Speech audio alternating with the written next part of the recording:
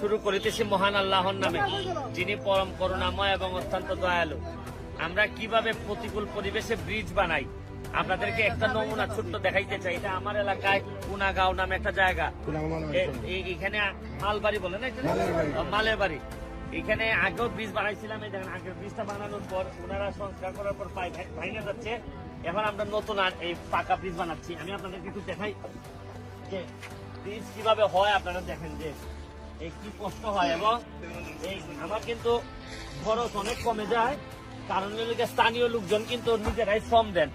এটা বলতে পারেন যে কিছুটা স্বেচ্ছাশ্রমের ভিত্তিতে এখানে মেম্বার বা স্থানীয় যারা আছেন তারা সবাই মিলে শ্রম দেন।